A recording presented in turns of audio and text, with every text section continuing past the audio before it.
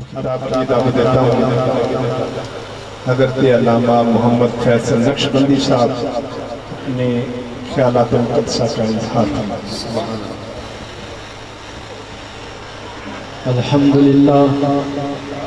الحمدللہ رب العالمین والعاقبۃ للمتقین والصلاة والسلام علی سید الانبیاء والمرسلین اما بعد فاعوذ باللہ من الشیطان الرجیم بسم اللہ الرحمن الرحیم یا ایہا الذین آمنوا اذکروا اللہ ذکرا کثیرا۔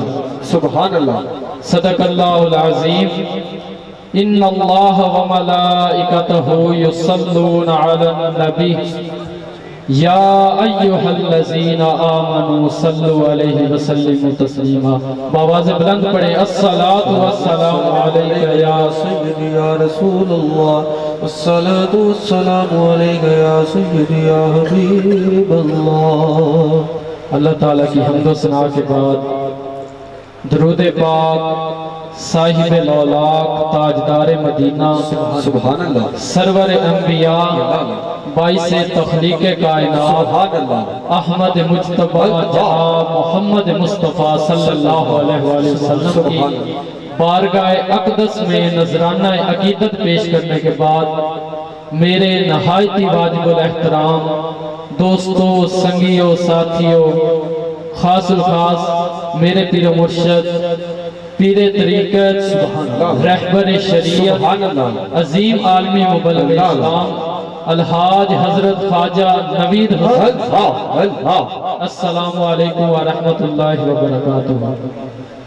دوستو، جو آیت کریمہ میں نے تلاوت کی ہے اس میں اللہ تبارک و تعالیٰ نے ارشاد فرمایا، اے ایمان والو میرا ذکر کثرت کے ساتھ کرو۔ سبحان اللہ۔ حضرت عائشہ صدیقہ رضی اللہ تعالیٰ عنہ فرماتی ہیں کہ حضور نبی کریم صلی اللہ علیہ وآلہ وسلم ہر وقت اللہ کے ذکر میں مشغول رہتے۔ سبحان اللہ۔ حضرت ابو سعید خدری رضی اللہ تعالیٰ عنہ سے روایت ہے کہ آپ صلی اللہ علیہ وآلہ وسلم نے ارشاد فرمایا کہ اللہ کا ذکر اتنی کثرت کے ساتھ کرو کہ لوگ تمہیں دیوانہ کہیں، لوگ تمہیں مجنون کہیں، اس طرح ذکر کرو۔ ایک روایت میں آتا ہے کہ جب کچھ لوگ جمع ہو کر اللہ کا ذکر کرتے ہیں تو اللہ تعالیٰ کے کچھ فرشتے ہیں جو مجالس ذکر کو ڈھونڈتے ہیں، یعنی ان کی تخلیق کا مقصد ہی ہے کہ وہ مجالس ذکر میں جائیں۔ جب انہیں کوئی محفل ملتی ہے، کوئی مجلس ملتی ہے تو وہ اس میں جاتے ہیں اور اپنے نوری پروں سے اس محفل کو ڈھانپ لیتے ہیں، اور جب ذکر اذکار ختم ہوتا ہے، محفل پاک ختم ہوتی ہے تو وہ ذکر لے کر اللہ تعالیٰ کی بارگاہ میں جاتے ہیں۔ باوجود علم کے اللہ تبارک و تعالیٰ پوچھتا ہے فرشتوں کہاں سے آئے ہو؟ تو فرشتے عرض کرتے ہیں یا اللہ کچھ تیرے بندے تیرا ذکر کر رہے ہیں۔ تو اللہ تبارک و تعالیٰ فرماتا ہے فرشتوں وہ کیا کرتے تھے؟ تو فرشتے عرض کرتے ہیں یا اللہ وہ تیری تسبیح بیان کرتے ہیں اور تیری بڑھائی بیان کرتے ہیں۔ تو اللہ تبارک و تعالیٰ فرماتا ہے فرشتوں وہ چاہتے کیا تھے؟ تو فرشتے عرض کرتے ہیں یا اللہ وہ تیری جنت کے طالب تھے اور تیری دوزخ سے پناہ چاہتے تھے۔ تو اللہ تبارک و تعالیٰ فرماتا ہے فرشتوں گواہ ہو جاؤ، فرشتوں گواہ ہو جاؤ کہ جس چیز کی وہ طلب کرتے تھے انہیں عطا کرتی ہے، اور جس چیز سے وہ پناہ چاہتے تھے انہیں پناہ دیتی ہے۔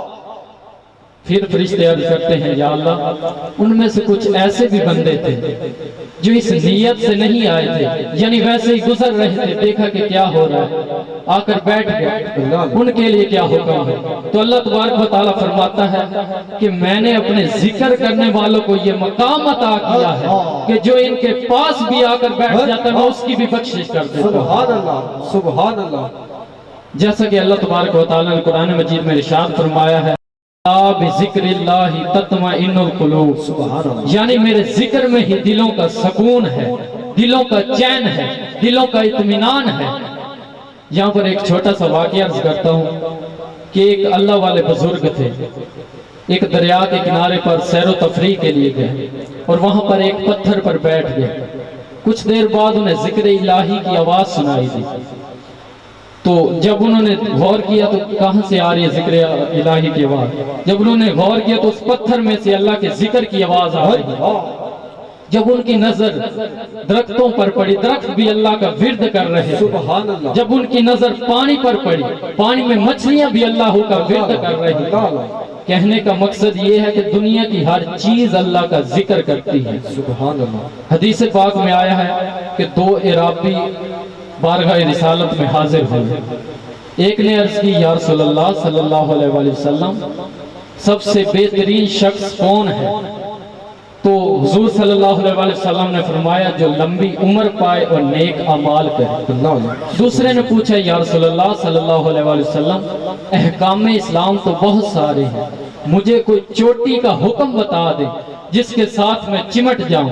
تو آپ صلی اللہ علیہ وآلہ وسلم نے فرمایا ہر وقت اپنے زبان کو ذکر الہی سے تر رکھا کر، ہر وقت اپنی زبان کو ذکر الہی سے تر رکھا کر۔ دوستو، اللہ تبارک و تعالی ہمیں بزرگوں کے نقش قدم پر چلنے کی توفیق عطا فرمائے اور ہمیں خلوص سے دل سے ذکر الہی کرنے کی توفیق عطا فرمائے۔ وما علینا الا البلاغ۔